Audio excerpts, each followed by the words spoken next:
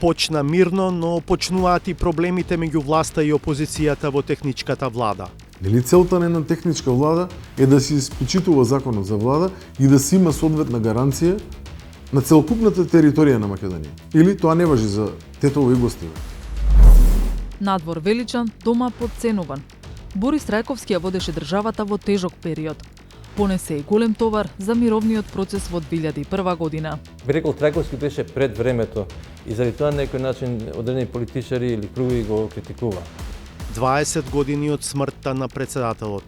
И приликите, но и оваа проклета професија наречена политика наложија во исто време да станеме и пријатели и противници. Живеели неговото дело. За жал, тој не можеше лично да им помогне, но затоа ни остави аманет нас како фондација да понатака продолжиме. Фондацијата Борис Трајковски со поддршка на глувите лица во мисија да го продолжи делото на предвреме загинатиот председател. Ако некој производ има декларација со НМК наместо со МК, и тој производ одма треба да се отповика и острани од промен. Рече директорот на Агенцијата за храна и ветеринарство во декември, а откако пријавивме такви производи, Тој дел, јас се извинувам, не е во наша надлежност.